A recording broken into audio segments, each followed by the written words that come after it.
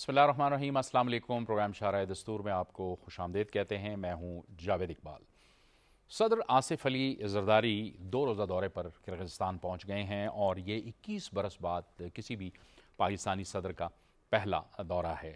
इस दौरे में तिजारत और सरमायाकारी के हवाले से भी बात होगी और इसके साथ साथ सदर आसिफ अली जरदारी किर्गिस्तान की क़यादत के साथ किर्गिस्तान के सदर के साथ वन ऑन वन मुलाकात भी करेंगे। वफूद की सतह पर भी मुलाकातें होनी हैं और कहा यह जा रहा है कि तिजारत और सरमायाकारी के अलावा बहुत से ऐसे शोबे हैं जिनमें ताउन पर बातचीत होगी। उसमें कानकनी है, डिजिटल जो है मीडिया है, इसके साथ साथ ज़राअत है, टेक्सटाइल है, तालीम और सियाहत का जो मैदान है इसमें भी बहुत ज़्यादा ताउन मुमकिन हो सकता है, क्योंकि सेंट्रल एशियन रिपब्लिक्स जो हैं ये एक ऐसे ममालिक हैं जहाँ बहुत पोटेंशल मौजूद है और पाकिस्तान को अब तिजारत के हवाले से नए एवेन्यूज़ की तरफ भी जाना है। पाकिस्तान अब ज़ाहिर है कि माशी जो इस्लाहात हैं या इक़दामात हैं उस हवाले से भी वो तेज़ी ला रहा है। तो सदर आसिफ अली जरदारी का ये जो दौरा है ये इस लिहाज से भी बहुत अहम है। इसके साथ साथ अब हम एक और अहम मौजू के हवाले से बात करेंगे और वो है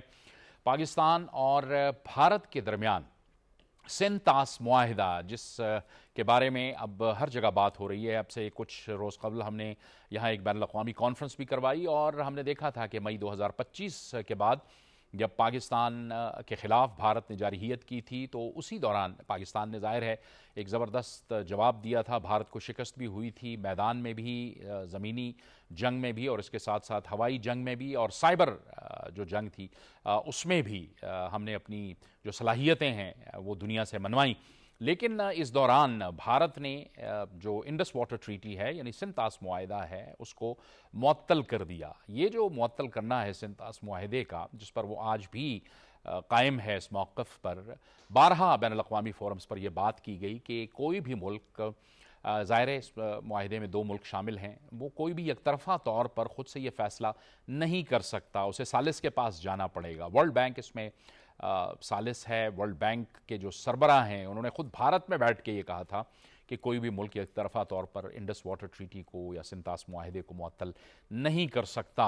अब ज़ाहिर है पाकिस्तान की जानिब से मुख्तलिफ फोरम्स पे सिफारती सतह पर भी और आलमी सतह पर ज़ाहिर है इस मामले को उठाया जा रहा है और पाकिस्तान की जो सियासी क़यादत है वो भी इस कॉज के साथ जुड़ी हुई है। सिफारती सतह पे भी पूरी दुनिया को ये बताया जा रहा है कि अगर भारत ऐसा करता है तो इसके इंतहाई ख़तरनाक नताइज बरामद हो सकते हैं। आज हम अपने प्रोग्राम के पहले हिस्से में इसी हवाले से बात करेंगे। स्टूडियोज़ में ज्वाइन कर रहे हैं, तारुफ करवा दूँ, नाजिया मुस्तफ़ा हमें ज्वाइन कर रही हैं। हमारे साथ नवीद अकबर साहब मौजूद हैं। नवीद अकबर साहब को भी खुशामदीद। ताहिर फ़ारूक साहब हमें ज्वाइन कर रहे हैं। सीनियर सहाफ़ी और तज्ज़ियाकार साले ज़ाफ़िर साहब भी हमारे साथ हैं। साले ज़ाफ़िर साहब आपका भी बहुत शुक्रिया। गुफ्तगू का आगाज़ हम करेंगे, हमें ज्वाइन कर रहे हैं दिफ़ाई तज्ज़ियाकार ब्रिगेडियर रिटायर्ड गज़नफ़र अली। बहुत शुक्रिया ब्रिगेडियर साहब, आप फरमाइएगा। ज़ाहिर है बहुत ये जो भारत जो कर रहा है इसके बहुत ख़तरनाक स्ट्रेटेजिक असरात हो सकते हैं और पाकिस्तान दुनिया को मुत्तला कर रहा है वक्तन फ़वक्तन इस हवाले से। जी जावेद, बहुत बहुत शुक्रिया। बिस्मिल्लाहिर्रहमानिर्रहीम। पानी बुनियादी ज़रूरत होता है और ये पाकिस्तान की एक बहुत बड़ी ज़रूरत है पानी। और आपको पता है कि एक माहिदे के तहत 3 दरिया पानी के पास, 3 दरिया पाकिस्तान के पास आए थे, 3 भारत के पास गए थे और वो भी नेहरू साहब चल के कराची आए थे 1960 में। अब उसके तहत एक माहिदा है जो दोनों जंगों के दरमियान भी चलता रहा, उसके ऊपर कोई असर नहीं आया। लेकिन इस वक्त जो कुछ भारत ने कहा है वो तो आप साफ जाहिर है कि आबी दहशतगर्दी, और क्योंकि भारत की रियासती पॉलिसी जो है वो दहशतगर्दी पे मबनी है, तो इसलिए वो लफ्जी दहशतगर्दी हो, आबी दहशतगर्दी हो या फिजिकल दहशतगर्दी हो, जिसमें पाकिस्तान के ऊपर रात के ऊपर 2 दफा हमला किया, 2018 में भी और अभी पिछले साल भी, और फिर पाकिस्तान का जवाब आया, उससे भी कोई सबक नहीं सीखा। तो अब भी मुझे यही लगता है कि इस आबी दहशतगर्दी को करके ये कोई सबक नहीं सीख रहे, क्योंकि पाकिस्तान ने बड़ा कैटेगोरिकली इस चीज को कह दिया कि पानी रोकना पाकिस्तान के लिए will be N act of war. और एक्ट ऑफ वॉर में जो कुछ होता है उसकी दो दो तौजियां हैं। एक्ट ऑफ वॉर का एक तो मतलब ये है कि आपको पता है जेनेवा प्रोटोकॉल को, जो additional protocol of Geneva convention जो है, उसका अब आर्टिकल 54 उठा के देखें तो वो उसकी हेडिंग है स्टारवेशन ऑफ सिविलियन, जिसका मतलब ये है कि आप एन जंग की हालत में भी सिविलियन आबादी को उनकी जो बेसिक बुनियादी जरूरतें हैं, जिसमें खाना आता है, पानी आता है, दवाइयाँ आती हैं, सिर्फ वही नहीं बल्कि वो इंफ्रास्ट्रक्चर जो उसकी हेल्प करते हैं, जिसमें हॉस्पिटल्स आते हैं, स्कूल्स आते हैं, डैम्स आते हैं और पानी की स्टोरेज और बाकी चीजें, उसको आप सिविलियन आबादी को उससे महरूम नहीं कर सकते। और अगर आप करेंगे तो that will be counted as an act of war, that will be counted as a war crime. Pakistan इस मुकदमे को अंडर आर्टिकल 54 वॉर क्राइम के जुमरे में इंटरनेशनल कोर्ट ऑफ जस्टिस में भी लेके जा सकता है, other than the maritime court. तो भारत का जो बुनियादी तौर पे इशू है वो ये है कि उसने एंटी पाकिस्तान रिटोरिक के लिए कोई भी कॉर्नर जो है उसको खाली नहीं छोड़ना है। जिस तरह पहलगाम के अंदर नरेंद्र मोदी साहब दौरा कैंसिल करके आए थे कि मेरे मुल्क में आतंकियों का अटैक हो गया, लेकिन उनका झूठ, हिपोक्रेसी और दहशतगर्दी और अपना जो है वो दोगलापन देखिए कि वो पहलगाम जाने के बजाय अगले दिन बिहार चला गया, क्योंकि बिहार के अंदर इलेक्शन हो रहे थे और वहां वो पाकिस्तान रिटोरिक, वो जो 56 की छाती, 26 की छाती, उसका वो जो है वावला पीटता रहा। तो अभी ये भी जो है ये, और पाकिस्तान ने इसीलिए इसके ऊपर न सिर्फ ये कि वो दुनिया को वार्न किया है, बल्कि अपनी इंटरनल पॉलिसी के तौर पे भी ये बताया है कि अगर आप ये करेंगे तो हम काउंटर मेजर्स लेने के लिए तैयार होंगे। इसलिए कि चिनाब खास तौर पे जिसके ऊपर वो एक कह रहे हैं जो वो पॉसिबल नहीं है, वैसे मेरी नजर में जिस तरह पानी चलता है कि लाहौर स्पीति रीजन जो है, जो लद्दाख के अंदर है, वहां पे वो कहते हैं कि 8.3 किलोमीटर की एक टनल बनाएंगे जिसका डाया जो है और 4.3 मिलीमीटर होगा, उससे आप पानी गुजारेंगे 29 मीटर एकड़ फीट पानी गुजार के आप उसको डाइवर्ट करेंगे और फिर लेके आएंगे और उसको उसको आप ब्यास में डालेंगे, ब्यास में से इंडस बेसन को खत्म करेंगे, ब्यास के अंदर पानी लेके आएंगे। तो वो वैसे प्रैक्टिकली इस किस्म के जो वो मंसूबे हैं वो पॉसिबल तो नहीं नजर आते, लेकिन एक इंटेंट जो होती है वो देखने की जरूरत होती है। अगर किसी की इंटेंट, जैसे उनके जो CR पटेल है जो उसका वजीर आपाशी है, उसने कांग्रेस के अंदर जो बयान दिया है अपनी पार्लियामेंट के कि हमें अमित शाह और नरेंद्र मोदी ने कहा है कि not a drop of water should go to Pakistan, so this is what is the terrorism. और इस दहशतगर्दी के ऊपर Pakistan has a right to respond. और अभी कल अमेरिका की फॉरेन मिनिस्ट्री की स्टेटमेंट आई है जो आपकी नजर से गुजरी होगी, जिसमें उन्होंने कहा है कि भारत जो है वो पाकिस्तान के अंदर जो दहशतगर्दी है उसके अंदर भारत इन्वॉल्व है। तो इस तमाम चीज के, और अफगानिस्तान से जितनी दहशतगर्दी हो रही है पाकिस्तान में, वो भारत जो है अफगानिस्तान की मदद कर रहा है। बड़ा क्लियर कट मैसेज है ब्रिगेडियर साहब कि Pakistan has all the right to respond, के जो दहशतगर्दी पाकिस्तान के खिलाफ कर रही है वो पाकिस्तान को पूरा इख्तियार है कि वो अपने खिलाफ होने वाली दहशतगर्दी के खिलाफ इकदाम करे। बहुत क्लियर है। या बिल्कुल, और उसमें पाकिस्तान को गज़बुल हक की जो जस्टिफिकेशन है वो कहीं और से लेने की जरूरत नहीं है। इसी के लिए कि पिछले से पिछले हफ्ते यूनाइटेड नेशन के अंदर जो रेजोल्यूशन पास हुई है जिसकी किसी मुल्क ने मुखालफत नहीं की है, उसके अंदर उन्होंने कहा है कि अफगानिस्तान जो है वो इन दहशतगर्द तंजीमों को, जिसमें दाइश भी है, PTIM भी है, IMU भी है और बाकी तंजीमें हैं, उनको न सिर्फ सपोर्ट कर रहा है बल्कि उनको फाइनेंस कर रहा है, हाउस कर रहा है और गाइड कर रहा है। इसीलिए आपने देखा पाकिस्तान इराक में वो एक बिस्मिल्लाह खान है जिसका वो सेफ हाउस, जिसका एक फार्म हाउस है जो उन्होंने वो अपना ये जमातुल अहरार को दिया हुआ था और मौलवी अहरार उसको मैनेज करता था, उसके ऊपर पाकिस्तान ने उसको वो दहशतगर्दों की ट्रेनिंग के लिए इस्तेमाल होता था, उसको पाकिस्तान ने टारगेट किया है, जिसको अभी अफगान हुकूमत जो है वो जनाजे पढ़ के तो बाकी पढ़ के ड्रामा रचाने की कोशिश कर रही है। क्योंकि ये दोनों जो दहशतगर्द तंजीमें हैं, जो दहशतगर्द हुकूमतें हैं, जिसमें अफगानिस्तान की हुकूमत है जिनका ना दीन की कोई तालीम है या दुनिया की कोई तालीम है, ये नारकोटिक्स डीलर हैं जो आके जबरदस्ती अफगानिस्तान के अंदर हुकूमत पे बैठे गए हैं। क्योंकि वो जबरदस्ती बैठे हैं तो उन्हें दहशतगर्द तंजीमों की सपोर्ट चाहिए ताकि वो ईरान अफगानिस्तान के अंदर अपनी पॉपुलेशन के ऊपर भी जुल्म डाल सके। तो वो जो तमाम चीजें, ये इसराइल, अमेरिका, इसराइल, इंडिया और जो अफगानिस्तान का एक नेक्सस है जो पाकिस्तान को कॉन्स्टेंटली नुकसान पहुंचा रहा है। कल गवादर में भी एक बड़ा सीरियस हमला हुआ है और उसके साथ साथ आपने 2 SHOs है वो भी शहीद हुए हैं। तो इसके ऊपर पाकिस्तान को, अब पाकिस्तान ने कह दिया कि अब हम तफरीक नहीं करेंगे। इसके साथ पाकिस्तान, इस चीजों के साथ भारत ये जो आप रेफर कर रहे हैं सिंध-तास माहिदी की तरफ, इस आबी दहशतगर्दी को भी जनरेट करने की कोशिश कर रहा है और इससे दोनों मुल्कों के हालात ठीक नहीं होंगे। हालांकि मैं ये समझता हूँ कि अगर वो उसमें अगर आप देखें वो सिद्धार्थ सिब्बल की स्टोरी बयान में छपी है, जिसके अंदर वो ट्रैक 2 के मुज़ाकरात और ट्रैक 2 चल के, बल्कि वो कहता है कि अभी ट्रैक 1.5 हो गए हैं क्योंकि इसके अंदर कुछ ऐसे लोग शामिल हो गए जो एस्टेब्लिशमेंट से नजदीक हैं। उसका एक जो उसकी 3 चीजों पे जो बातचीत हो रही है, उसमें एक जो पॉइंट है वो ये है कि भारत जो है वो चाहता ही है कि पाकिस्तान अपनी फिजाई हदूद जो है वो खोल दे इंडिया के लिए, तैयारों के लिए, एयरलाइंस के लिए। तो इंडिया कैन टॉक ऑन ये जो सिंध तास माहिदा है उसके ऊपर।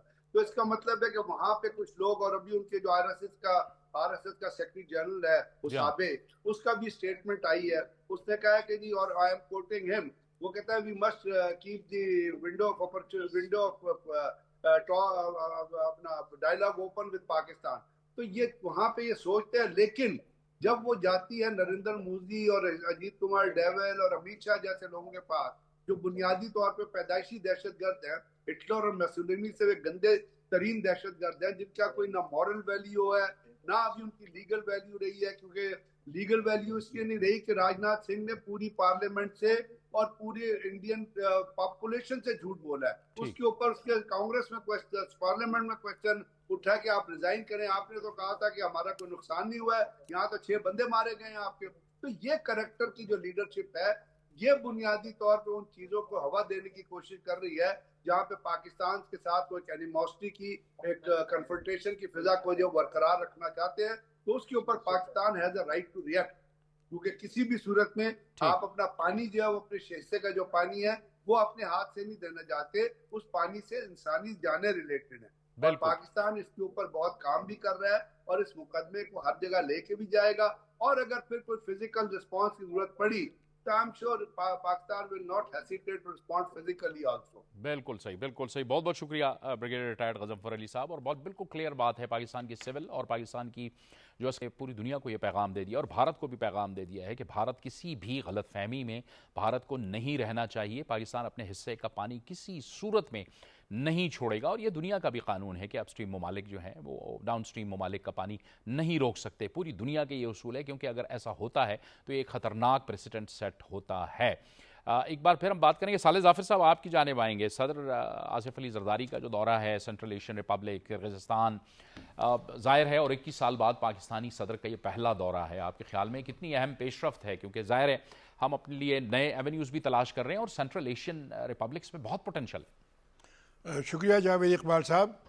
प्रेसिडेंट का जो दौरा है किर्गिस्तान का, मैं समझता हूँ कि ये पाकिस्तान की जो नई पॉलिसी बनी है, फॉरेन पॉलिसी, जिसके तहत उसने सेंट्रल एशियन स्टेट्स के साथ भी अपना दस्ते ताउन दराज किया है और उनकी तरफ से भी मावनत हासिल करने की कोशिश की है। उस सिलसिले में ये एक अहम कदम है।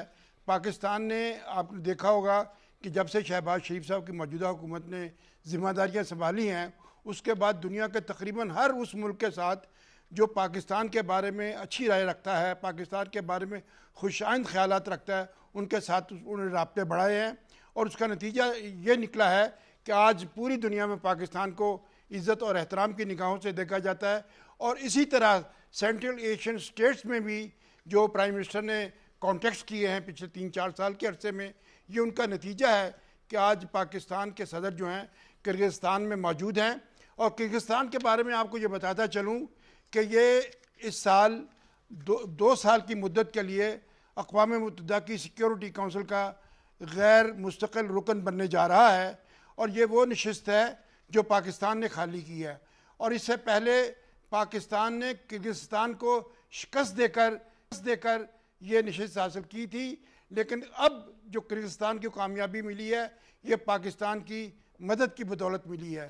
तो किर्गिस्तान की हुकूमत पाकिस्तान के इस ताउन के लिए उसकी शुक्रगुजार है और ये उसी का नतीजा है कि उन्होंने बड़ी खुशदिली से पाकिस्तान के सदर को वहाँ पर उनका खैर मकदम किया है, उनको दावत दी है। और इसके नतीजे मैं समझता हूँ कि पाकिस्तान और सेंट्रल एशियन स्टेट्स के दरमियान जो ताल्लुकात का एक कुदरती फ़्लो होना चाहिए, ये उसका आगाज़ होगा। और अभी जो उनकी मुलाकातें हुई हैं वहाँ पर, अगरचे एग्जेक्टिव सतह पे जो मुलाकातें हैं वो इसका फॉलोअप होगा और उसके बाद राब्ते होंगे। ख़ास तौर पर पाकिस्तान ने जो आलमी मामलात में अपना एक जो मौक़िफ़ इख्तियार किया है, जिसकी पूरी दुनिया में पजीर आई हुई है, प्रेसिडेंट अपने मेज़बानों को उसके बारे में आगाह करेंगे। और इसी तरह से पाकिस्तान को जो दुनिया की तरफ से तायद की ज़रूरत है, मेरा यकीन है कि सदर ममलिकत किर्गिस्तान की हमायत हासिल करके पाकिस्तान लौटेंगे। और पाकिस्तान ने ख़ास तौर पर इंडिया के साथ जो मामलात हैं, पाकिस्तान के जो अफ़गानिस्तान के साथ जो मामलात हैं, उनके बारे में भी प्रेसिडेंट को ब्रीफ करेंगे।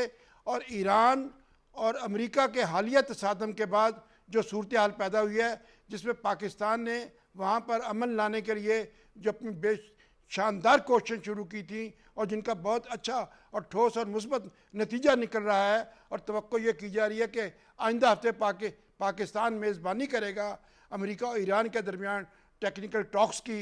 तो इस तमाम मामलात के बारे में सदर किर्गिस्तान की क़यादत को आगाह करेंगे। और मैं याद दिलाता चलूँ कि किर्गिस्तान की लीडरशिप के साथ पाकिस्तान के वज़ीर आज़म शहबाज शरीफ की इससे पहले मुलाकातें हो चुकी हैं, और हमारे फील्ड मार्शल सैयद आसिम मुनीर से भी उनकी मुलाकातें हुई हैं। और ये उसी का नतीजा है कि आज सदर ममलिकत जो है किर्गिस्तान के 4 दिन के दौरे पर वहाँ पहुंच चुके हैं। ठीक आपने फरमाया कि सियासी लिहाज से, स्ट्रेटेजिक लिहाज से भी ये बहुत है। एक ब्रेक का वक्त हुआ चाहता है, एक ब्रेक लेंगे और ब्रेक के बाद इस गुफ्तगू को आगे बढ़ाएंगे।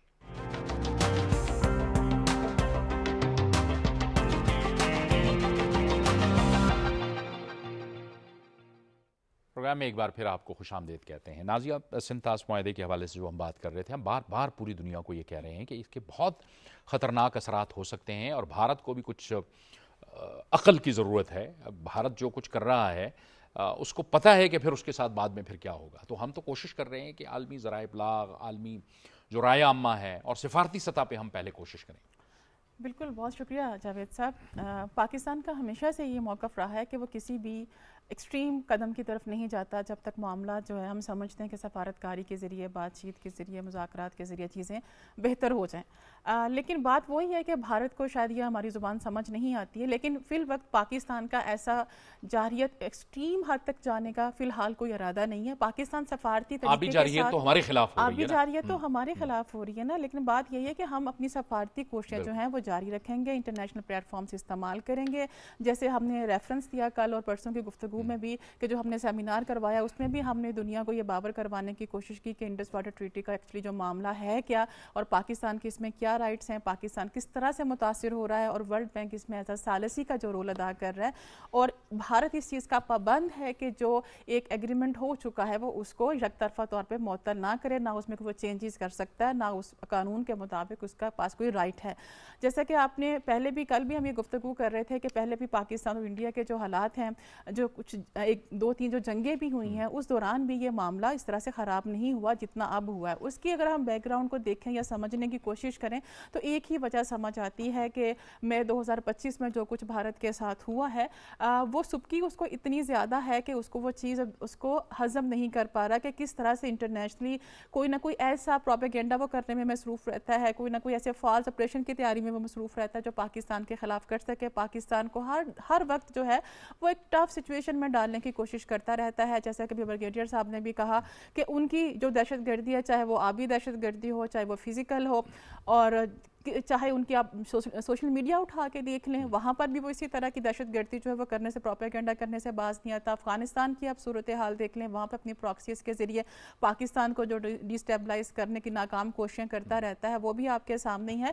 लेकिन इस सारी सूरत हाल में देखिए, समझना भारत को ही होगा। ऑलरेडी उसके ऊपर जो एक सो कॉल्ड वो अपने आप को बड़ा ही एक जमहूरी मुल्क और समझते हैं कि हम बड़े जी कवानीन की पासदारी करते हैं, बड़ा वहाँ पर लोगों को हम हकूक़ को उनको देते हैं, वहाँ पे तो जो माइनॉरिटीज़ के हकूक़ हैं लोगों के सामने हैं, जो उनके हमसायों के साथ ताल्लुकात हैं वो लोगों के सामने हैं। कौन सा ऐसा हमसाया मुल्क है जिसके साथ उसने बना के रखी है? ईरान के साथ उसके ताल्लुकात बहुत अच्छे थे। ईरान और अमेरिका जंग के दौरान आपने देख लिया कि भारत कहाँ पे स्टैंड कर रहा था। जो एक खतरनाक सिचुएशन डेवलप हो रही है, इसमें तो खुद भारत के अंदर से भी नवीद अकबर साहब आवाज़ें उठ रही हैं कि ये जो इक़दाम आप करने जा रहे हैं, जैसे कि बात हो रही थी, ब्रिगेडियर साहब ने भी इसका जिक्र किया कि वहाँ से भी आवाज़ें उठी उनके, तो आरएसएस के सेक्रेटरी जनरल ने भी कहा कि आप मुज़ाकरात करें। लेकिन आपने इस मामले को एक सियासी मामला, वोट लेने का मामला, पाकिस्तान के साथ ताल्लुकात का या पाकिस्तान के ख़िलाफ़ जारहियत का, आपने इसको अपने वोटों के साथ जोड़ा हुआ है। हालांकि ख़ुद आपका ये हाल है, जैसे कि नाजिया भी कह रही थी कि क्या कवानीन है आपके जो वहाँ पे मुसलमान हैं, जो कि मसीही लोग हैं, वहाँ पे उनके साथ क्या कुछ नहीं हो रहा। जावेद साहब, जब से नरेंद्र मोदी हुकूमत में आए हैं, उनका तीसरा टर्नओवर है शायद, आप देख लें कि उस वक्त से उनका एक ही मकसद रहा है और वो है कि पाकिस्तान को के बुनियाद बनाकर पाकिस्तान के इश्यूज़ के ऊपर वो अपनी इंटरनल सियासत करते हैं, जबकि ममालिक में ऐसा नहीं होता। लेकिन बदकिस्मती की बात है कि वो अपने वोटर्स को या जो एक्सट्रीमिस्ट हैं, हिंदू इंतहा पसंद है, उनको अपनी तरफ अट्रैक्ट करने के लिए, उनका वोट हासिल करने के लिए वो इस तरह की कोशिश करते हैं कि पाकिस्तान को बुनियाद बनाकर पाकिस्तान पर इल्ज़ाम लगाकर कोई इस तरह की सियासत की जाए। यही उनकी सारी सियासत का एक, आप कह सकते हैं कि मुतमईन नज़र है। और हिंदुत्व की जो पॉलिसी है वो सबके सामने, वहाँ अक़लियतों के पास जो मसाइल अक़लियतों के, वो सबके सामने किस तरह से, कभी आप गौ रक्षा के नाम पे, कभी आप देखते हैं कि चर्च के खिलाफ, इवन मसाजिद के, बाबरी मस्जिद सबूत है और बहुत सी ऐसी मसाजिद के ऊपर कब्ज़ा किया गया। और आपको पता है कि सिर्फ और सिर्फ कब्ज़ा करने के लिए अब उसको माजी से जोड़ा जाता है कि जी तारीखी तौर पर ये जो मस्जिद है, ये यहाँ पे मंदिर था, इस तरह के वाक़यात। और फिर ये आपने देखा कि जो आपने क्राउड लिंचिंग जो शुरू की है ना, वो सबसे ख़तरनाक है कि हुजूम के ज़रिए सज़ा देना, और वो आप मिनॉरिटीज़ के साथ वो करते रहे हैं। लेकिन आप एक बात देखिएगा, इस सब के ऊपर कल जो ISPR में कोर कमांडर कॉन्फ्रेंस का ISPR ने बयान जारी किया, वो बड़ा अहम है इंडस वाटर ट्रीटी के हवाले से, इसके ऊपर हम बात कर रहे हैं। और ISPR ने क्या कहा, 24 अप्रैल 2025 जो कोर कमांडर्स ने जिस अज़म का अदा किया, जो हुकूमती फैसले थे 24 अप्रैल 2025 को कौमी सलामती कमेटी के, जिसकी प्राइम मिनिस्टर ने सदारत की थी, और ये पुलवामा पहलगाम आगे फ़ौरन बाद उसके हुआ था, उसके ऊपर हम मुकम्मल तौर वो हमारे लिए रहनुमाई फराहम करता है। एक ये इसमें उसका अहम पहलू है। दूसरा में कहा गया कि अफवाज पाकिस्तान, मैं आपको कोट अनकोट में पढ़ के सुना दूं, बड़ा इंपॉर्टेंट है कि अफवाज पाकिस्तान हुकूमती हदायत और पाकिस्तानी अवाम की उमंगों के मुताबिक पाकिस्तान के जायज़ पानी के हिस्से की दस्तियाबी यकीनी बनाने के लिए तमाम दूरी इकदाम से गुरेज नहीं करेगी। ये बहुत अहम है, क्योंकि उसी बयान में जो कौमी सलामती कमेटी का जो फैसले जारी हुए थे, उसमें कौमी सलामती कमेटी ने कहा था कि पानी जो है, पानी को, पाकिस्तान का पानी रोकना, उसका रुख मोड़ना जो है, इसको एक्ट ऑफ वार समझा जाएगा। तो एक्ट ऑफ वार का फिर जवाब क्या होता है? आप बिल्कुल वाज़ेह तौर पर, ये पाकिस्तान का एक स्टेटेड बयानिया है और ये हमारे कौमी सलामती कमेटी के फैसले हैं, इसको कोई तब्दील नहीं कर सकता। और मैं ये समझता हूँ कि ये बड़ा अहम है और इसके ऊपर ही हमारी इंडस वाटर ट्रीटी के हवाले से हमारा बड़ा वाज़ेह तौर पर ये स्टांस है। बिल्कुल ताहिर फारूक साहब, और पाकिस्तान की जो सियासी क़यादत है, पाकिस्तान की जो अस्करी क़यादत है, वो इस हज़म के साथ जुड़ी, बिल्कुल क्लियर मैसेज हम दुनिया को दे रहे हैं। ये बिल्कुल हम वैसे ही दे रहे हैं जैसे कि जिस कौमी सलामती कमेटी का जिक्र किया नवीद अकबर साहब ने, उस वक्त जो हालात थे, फिर मई में जो भारत ने किया, और उससे पहले हम दुनिया को बाखबर कर रहे थे कि भारत पाकिस्तान के खिलाफ जारहियत का इरादा रखता है और उसने वो किया। लेकिन उसके साथ साथ हम दुनिया को ये भी बताते थे कि अगर भारत ने ये किया तो फिर रिस्पॉन्स क्या होगा। जी बिल्कुल जावेद साहब, आप देखें ना, पाकिस्तान ने बहुत शानदार सफारतकारी के ज़रिए इस मसले को पूरी दुनिया में उजागर किया और भारत का मकरू चेहरा बेनकाब किए, एक दफ़ा नहीं मुतअद्दिद बार, और अब इस पूरी दुनिया को और अहम ममालिक को अपना हम नवा बना लिया। आप देखें ना, जिस तरह अमेरिका की तरफ से बयान आया और इस किस्म का कि ये आबी दहशत गर्दी है, तो मैं समझता हूँ कि पाकिस्तान इसमें मुकम्मल तौर पर कामयाब है। और कल की जो कोर कमांडर्स कॉन्फ्रेंस है, उसकी रोशनी में उसकी जुजियात देखी जाएँ तो उस पर बहुत वाज़ेह तौर पर कह दिया गया है कि हम पाकिस्तान के आबी हकूक़ का तहफ़्फ़ुज़ करेंगे। और उसके लिए फिर आपको पता है कि जब कोर कमांडर कॉन्फ्रेंस में जब ऐसी बात की जाती है तो उसका क्या मकसद है, लेकिन इन हालात तक मजबूर किसने किया पाकिस्तान को करने के लिए और इस किस्म की बात करने के लिए, वो है भारत। और इस वक्त जो वहाँ पे टोला बरसर इक़्तिदार है नरेंद्र मोदी की सूरत में और उसके साथियों की सूरत में, जो इंतहा पसंदी को मुसलसल हवा दे रहे हैं, ये देखे बगैर, ये जाने बगैर कि इसके नताइज इस खित्ते में नहीं पूरी दुनिया में क्या बरामद होंगे। ये दोनों एटमी ताकतें हैं और इसका मंतकी आखिर में अंजाम क्या होगा, ये बात जब शुरू होती है, जब जंग शुरू होती है, फिर बाद में रोकना बहुत मुश्किल हो जाता है। और ये इसकी मिसाल वो देख भी चुके हैं। गिड़गिड़ा के उन्होंने पाकिस्तान को कहा गुज़श्ता साल की आप जंग बंद करें। जब हालत आपकी अपनी ये है तो आप फिर इस किस्म के पंगे ले रहे हैं, मैं फिर वही लफ्ज़ यूज़ करूंगा, तो फिर आपको सोचना पड़ेगा कि आप दुनिया को किस तरफ ले जाना चाहते हैं। लेकिन पाकिस्तान का साले जाफिर साहब मैसेज तो बिल्कुल क्लियर है जो मई 2025 में किया है। अगर अल्टीमेटली पाकिस्तान को फैसला करना पड़ा तो फिर पाकिस्तान तो फैसला करेगा। मैं आपकी वसातत से इंडियन लीडरशिप को पाकिस्तान के कोर कमांडर्स के इजलास में फील्ड मार्शल सैयद आसिम मुनीर के इस पैगाम को पहुंचाना चाहता हूं, जिसमें उन्होंने वाज़ेह तौर पर कहा है कि जंग के जो नए किरदार रूनुमा हो रहे हैं उसके मुताबिक पाकिस्तान को मल्टी डोमेन ट्रांसफॉर्मेशन प्लान पर अमल तेज़ी के साथ करना होगा। कमांडरों को यह कहा गया है कि इस प्लान पर तेज़ी से अमल किया जाए। इसका मतलब ये हुआ कि इस प्लान पर काम शुरू हो चुका है और इस पर काम शुरू किए जाने का मतलब यह है कि भारत पर यह वाज़ेह किया जा रहा है कि अगर वो अपनी इन हरकतों से बाज ना आया, अगर वो अपने इस जारहाना तर्ज अमल से उसने अपना मुंह ना मोड़ा, तो फिर पाकिस्तान को बादल नखास्ता वो करना पड़ेगा जो शायद उसके लिए पसंदीदा ना हो। और मैं इस सिलसिले में जहाँ तक अभी आपने जिक्र किया सिंध ताश के मंसूबे का, सिंध ताश के माहदे का, तो सिंध ताश के माहदे के लिए बहुत ज़रूरी है कि अब वक्त आ गया है कि पाकिस्तान को चीन को भी इसमें शामिल करना चाहिए, क्योंकि चीन अपर रेरियन मुल्क है जहाँ उसके इलाके तिब्बत से इंडिया और पाकिस्तान में आने वाले दरियाओं के सोते हैं जहाँ पर उनका मंबा है। और इस लिहाज से इंडिया एक दरमियानी मुल्क है, पाकिस्तान लो रेपरेरियन कंट्री है, और चीन से आने वाला जो पानी है उसकी तकसीम इंडिया और पाकिस्तान के दरमियान चीन को करनी चाहिए। इंडिया को यह हक हासिल नहीं है, लेकिन इसके बावजूद पाकिस्तान 1960 का जो सिंध ताश का माहदा है उस पर कारबंद है। वो तैयार है कि जो उस माहदे के तहत 3 दरिया इंडिया को मिले थे वो इंडिया के पास रहें, 3 दरिया जो पाकिस्तान को मिले थे वो पाकिस्तान को वागुजार होता रहा, उनके पानी वागुजार होता रहे। अगर इंडिया इस पे अमल नहीं करेगा, जिस तरह के इंडिया के प्राइम मिनिस्टर मोदी ने कहा है कि मैं पाकिस्तान को पानी की एक बूंद भी नहीं लेने दूंगा, उसका बाप भी इसको नहीं रोक सकता। पाकिस्तान को पानी मिलेगा और पाकिस्तान इस माहदे पर अमल कराएगा। दुनिया में जो भी माहदा होता है उसमें यह तय होता है कि उस माहदे पर नज़रसानी किस तरह होगी, उस माहदे को अगर मनसूख किया जाना है तो किस तरह होना है। इस माहदे में ऐसी कोई दफ़ा मौजूद नहीं है कि इसको मुअत्तल किया जा सके, इस पर नज़रसानी की जा सके। और वर्ल्ड बैंक इसका सालिस था। वर्ल्ड बैंक ने ये पाकिस्तान और इंडिया के दरमियान मुआहदा कराया था। दोनों मुल्कों की इंडिया का लीडर, इंडिया का प्राइम मिनिस्टर पाकिस्तान आया था, कराची में आकर उसने पाकिस्तान के प्रेसिडेंट अयूब खान के साथ बैठकर दस्तखत किए थे। मैं आपको यह याद दिलाना चाहता हूँ कि इसी मंसूबे की बुनियाद पर इंडिया को जब भी पानी की फरावानी होती है उसके दरियाओं में, तो उसका फ़र्ज़ है कि वो पाकिस्तान को बताए इस मुआहदे की रूह से कि पानी इस कदर मिक़दार और इस कदर तादाद में आ रहा है, लिहाजा पाकिस्तान अपने सिक्योरिटी के लिए, हिफाजत के लिए इंतज़ामात करे। लेकिन आपने ये देखा होगा कि पिछले साल इंडिया ने पाकिस्तान को इसकी इत्तला नहीं दी, जिसके नतीजे में पाकिस्तान बर वक्त इंतज़ामात नहीं कर सका।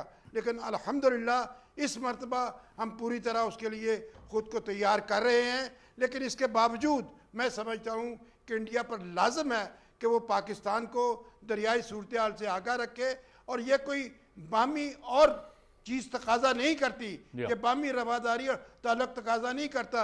ये बात प्रोवाइडेड है, ये मौजूद है IWT में, इंडस वाटर ट्रीटमेंट ट्रीटी में, कि इंडिया पाकिस्तान को इसकी इत्तला देगा। ये तो हुई पानी की अवेलेबिलिटी, पाकिस्तान को पानी की फराहमी। इंडिया को पानी रोकने का भी इख्तियार नहीं है। अगर इंडिया पानी इन 3 दरियाओं में रोकेगा या पानी को डाइवर्ट करने की कोशिश करेगा तो ये भी इस की खिलाफ वर्जी होगी इस मुआहदे की। और इस मुआहदे की खिलाफ वर्जी के बारे में पाकिस्तान की क़यादत बार बार इंडिया को इंतबाह कर चुकी है कि इसका मतलब जंग होगा, और जंग का मतलब वही होगा जो 10 मई सन 2025 को हुआ था। और अब की मर्तबा अब इसका जो इंडिया को जो अंजाम है वो इंतहाई खौफनाक होगा। और मैं ये समझता हूँ कि इस वक्त हुकूमत पाकिस्तान ने IWT के लिए, इंडस वाटर ट्रीटी के लिए दुनिया में जो कोशिश शुरू की हैं, पाकिस्तान का दबाव इस वक्त अपने अरूज पर है और पूरी दुनिया से अब आवाज़ें आना शुरू हो गई हैं। और अभी अक़वाम मुत्तहिदा की जनरल असम्बली का इजलास भी सितंबर में होने जा रहा है, पाकिस्तान ये मामला वहाँ भी उठाएगा। लेकिन पाकिस्तान की ख्वाहिश ये है कि अक़वाम मुत्तहिदा की जनरल असम्बली के इजलास से पहले ही भारत को इस बात के लिए आमादा किया जा सके कि वो इंसान का बच्चा बने और इन हरकतों से बाज रहे। और मैं आपको ये भी याद दिलाऊं कि इंडिया से अब आवाज़ें आना शुरू हो गई हैं, लेकिन इंडिया से सरकारी तौर पर यह आवाज़ आनी चाहिए कि वो नादम है और वो अपने फैसले के ऊपर उसको उसको विड्रॉ करने के लिए तैयार है और फैसला उसको ये विड्रॉ करना पड़ेगा। जी आप नाजिया कुछ कहना चाह रही? मैं इसमें ये कह रही थी कि इंडिया के एक और भी इसमें पॉइंट हो सकता है। जिस तरह से आपने देखा कि मैं 2025 में जो वॉर हुई पाकिस्तान और इंडिया की चंद रोज़ा, उसके बाद जो एयर स्पेस बंद है, उनको ये भी एक दुख है कि इंडियन एयरलाइंस को अरबों जो है उसमें उसका नुकसान हो चुका है। वो चाहता होगा मे भी जिससे कि उसके अंदर से भी आवाज़ें आनी शुरू होगी कि पाकिस्तान के साथ बातचीत को कुछ ना कुछ सेटल डाउन किया जाए। इकोनॉमिकली बहुत ज़्यादा नुकसान हुआ है। बिल्कुल ठीक है। और अब हम एक और अहम मौजू की तरफ जाएंगे और वो कि खैबर पख्तूनख्वा की सूबाई असम्बली ने अपने अरकान के लिए कुछ लामहदूद इख्तियारात का बिल पास किया है, मंजूर करवाया है। और ये बड़ी एक अजीबो गरीब किस्म की स्टोरी है। और ये जो बिल है ये कई माह पहले ज़ाहिर है ये मंजूर हो चुका है। और अब जो है ये खबरें सामने आई हैं पेशावर से। हमें senior journalist Mohammad Faheem join कर रहे हैं इस वक्त, वीडियो लिंक पर हमारे साथ हैं। फ़हीम, बहुत शुक्रिया, आपने काम भी किया, पहली बार ये स्टोरी आप पब्लिक में लाए। ये क्या बिल है और क्या इख्तियारात हैं? और सुना है कि ये अप्रैल में मंजूर हो चुका था, अभी तक ये पब्लिक नहीं हुआ था। बहुत शुक्रिया सर, आपने दुरुस्त फरमाया। ये 30 अप्रैल को ये बिल जो है वो खैबर पख्तूनख्वा असेंबली में टेबल हुआ और उसी वक्त इसको पास किया गया। चंद तरामीम थी जो ऑपोजिशन ने पेश की, उसे भी इसके अंदर शामिल किया गया। और जो तरीक़ाकार है बिल का कि आप कानून लाते हैं, उसको टेबल करते हैं, 2 से 3 दिन उसके ऊपर बहस होती है और उसके बाद वो पास होता है।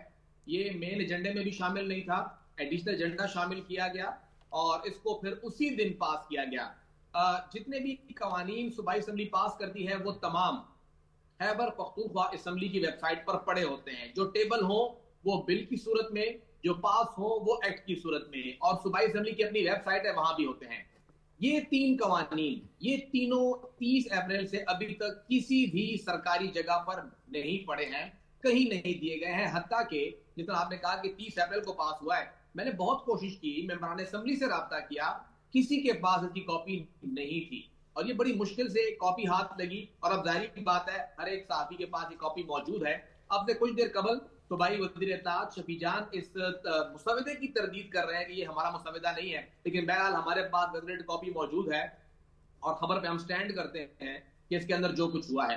जो इख्तियारात हैं वो काफी हैरानकुन है। मैं अभी तक इस कानून को पढ़ रहा हूँ, कल से देख रहा हूँ और मुझे खुद यकीन नहीं आता, राब्ता करना पड़ता है। क्या ऐसा मुमकिन है? एक एमपीए के इख्तियार में कहा जा रहा है मुमकिन तो नहीं है, लेकिन लिखा जा रहा है। जैसे भी थोड़ी देर पहले मैंने एक पॉइंट देखा कि जस्टिस ऑफ पीस का इख्तियार जो है वो एक एमपीए एक्सरसाइज कर सकता है। अब ये क्या है? तो मैंने देखा तो ये हमारा जो सीआरपीसी का सेक्शन 22A और 22B है, वहां पे जज के पास ये इख्तियार होता है कि अगर किसी शहरी की दरखास्त पर पुलिस एफआईआर दर्ज नहीं करती है, पुलिस मुआवनत नहीं करती है, तो वो जज वो इख्तियार इस्तेमाल करता है। यहाँ पर ये इख्तियार एमपीए को मिला है कि वो पुलिस को डायरेक्ट करें कि आप एफआईआर दर्ज करें। ये इख्तियार एमपीए को दिया गया है। बहरहाल इसके अंदर बहुत सी चीजें हैं। एक चीज तो ये है कि यहाँ पर जो खैबर पख्तूनख्वा असेंबली है उनके मेंबरान ने अपने लिए और अपने अहले खाना के लिए ब्लू पासपोर्ट जो है उसको इसके अंदर शामिल किया है।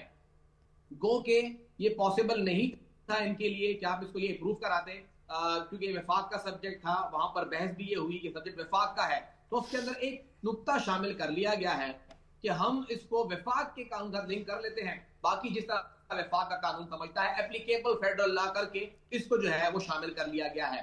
इसके साथ साथ एमपीए साहिबान जो है वो किसी भी किस्म का टोल टैक्स नहीं देंगे, उससे उसको इस्तिस्ना दे दी गई है। 8 जो है वो उनको गैर ममनुआ बोर के लाइसेंसेस मिलेंगे, जिनमें से 4 जो है वो ताहयात मुफ्त होंगे और 4 की वो फीसें देंगे। हाउस रेंट जो कि हमारा रेंट हाउसेज होते हैं वो सर्किट हाउस या डाक बंगला, किसी भी किस्म की सरकारी इमारत जो रिहाइश के लिए है, वहां पे एमपीए 3 दिन तक बगैर अदायगी के रह सकता है। ये उसका इख्तियार हो गया है। इसके साथ साथ वो जब चाहे जहां चाहे किसी भी जेल, अस्पताल, स्कूल, मतलब कोई भी सरकारी जगह जो है वो वहां पे जाके दौरा कर सकता है और वहां की जो उमूर है उनकी निगरानी भी कर सकता है। एमपीए के बाद इख्तियार आ गया है तो अपनी गाड़ी के ऊपर एमपीए का बोर्ड जो है वो भी लगा सकता है और उनकी अहले खाना को, अगर मर्द एमपीए हैं तो उनकी बीवियां, और अगर खवातीन हैं तो उनके शौहर जो हैं उनको खैबर पख्तूनख्वा असेंबली एक खसूसी आइडेंटिटी कार्ड देगा जो कि एमपीएस का होता है। उनके अब बेगमात को और शौहरों को भी जारी किया जाएगा। तमाम एयरपोर्ट्स के ऊपर VIP लॉन्चेस जो हैं वो भी इनके लिए मुख्तस किए गए कि वहां पर जाएंगे। काले शीशे जो हैं वो भी इनको अलाउ कर दिए गए हैं। इसके साथ साथ MPA के पास ये इख्तियार है कि वो अपने हलके में, अपने जिले में या किसी भी अवामी मकाम के ऊपर कोई भी इजलास तलब कर सकता है और जिन अफसरान को वो बुलाता है अगर वो नहीं आते तो उनके खिलाफ इस्तेहकाक की कार्रवाई भी की जा सकेगी। और आपके और मेरे लिए भी काफी मुश्किल इसके अंदर डाली गई हैं क्योंकि सहाफियों का मामला इसके अंदर शामिल किया गया है और जो सहाफियों से मुताल्लिक शिके हैं, सजाएं भी बहुत सख्त इसके अंदर तजवीज की गई हैं, बल्कि तजवीज क्या तो नाफिज हो गई हैं। वो ये है कि स्पीकर के पास इख्तियार आ गया है कि वो किसी भी सहाफी को ये कह सकते हैं कि आप इस ऐवान की कवरेज नहीं करेंगे, आप इस ऐवान में दाखिल नहीं होंगे, वो उनके ऊपर पाबंदी आयद कर सकते हैं। इसके साथ साथ स्पीकर की मर्जी है कि वो कहता है कि जी इस कार्रवाई का फला हिस्सा जो है ये अब कोई भी नशर नहीं करेगा और कोई भी इसको नहीं चलाएगा, और अगर कोई चलाएगा तो उससे 6 माह तक कैद और 10 लाख रुपए तक जुर्माना भी हो सकता है। अच्छा। अगर स्पीकर ये समझते हैं कि जो कार्रवाई ऐवान में हुई है वो थोड़ी छेड़खानी हुई है, तोड़ मरोड़ के हुई है, वो ये समझते हैं तो सहाफी को 3 साल तक वो कैद की सजा दे सकते हैं और 3 लाख रुपए तक उनको जुर्माना भी हो सकेगा। अच्छा। अगर कोई शख्स सहाफी हो वो ये कहता है कि जी स्पीकर ने यहाँ पर ये कार्रवाई की, इस तरह काम किया, उनकी जात के बारे में बात की या उनके ऊपर जानिबदारी का इल्जाम लगाया, तो भी उस सहाफी को 6 माह कैद और 10 लाख रुपए तक जुर्माना हो सकता है। ये फहीम इसके साहब साथ आपने जिक्र किया कि हम लोग बतौर सहाफी ये कोशिश करते हैं कि खबर ब्रेक करें, ठीक, पहले हमें खबर मिले, हमने पहले भी खबरें दी हैं, हमें उससे रोक दिया गया है। सही, जब तक कोई भी कानून।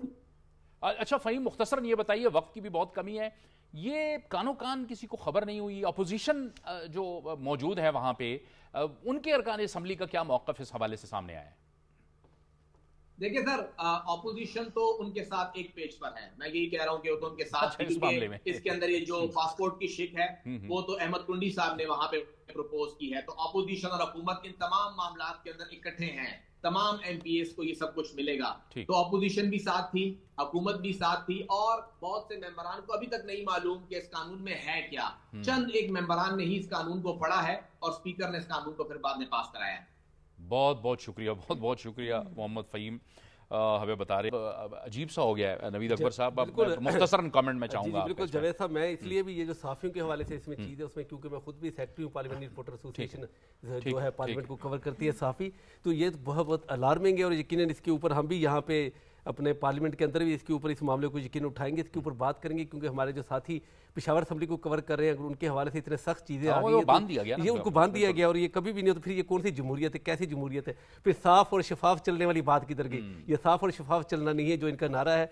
मैं समझता हूँ कि ये सहाफ़ियों को दबाने की कोशिश है, प्रेस को दबाने की कोशिश है और इसमें ब्लू पासपोर्ट वाला खुद बता चुके कि वफाक का अख्तियार वो आप कैसे ले रहे हैं, ये भी नाकाबिल फ़हम है। और आपने एक वल्नरेबल सूबा है जहाँ पे पहले दहशतगर्दी इतनी ज़्यादा, वहाँ के आप MPAs को कह रहे हैं कि अपनी गाड़ियों पे काले शीशे लगा लें और टेंटेड ग्लास लगा लें, ये कैसे मुमकिन है? इस तरह की तो चीज़ें किसी तौर पर काबिल फ़हम नहीं है। जावेद सर, आप देखें ना, ये जो बिल पास हुआ ये तो मुतलकुल अनानियत किस्म के इख्तियारात इनको मिल जाएंगे और मिल गए हैं बल्कि, और सबसे अफसोस की बात यह है कि यही वो तजादात हैं जो हमारे सियासतदानों और अवाम के दरमियान होते हैं, कहते कुछ हैं करते कुछ हैं।